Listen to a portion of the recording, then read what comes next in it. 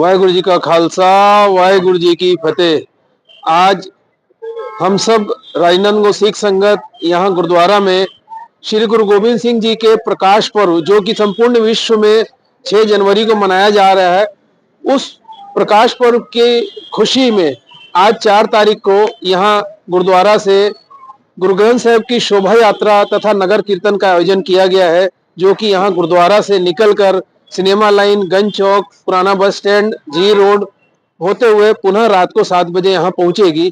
इस अवसर पर जो विशेष वाहन सुसज्जित किया गया है वो हेमकुंड का ऐतिहासिक जो गुरुद्वारा है बिल्कुल वैसा ही सुसज्जित किया गया है।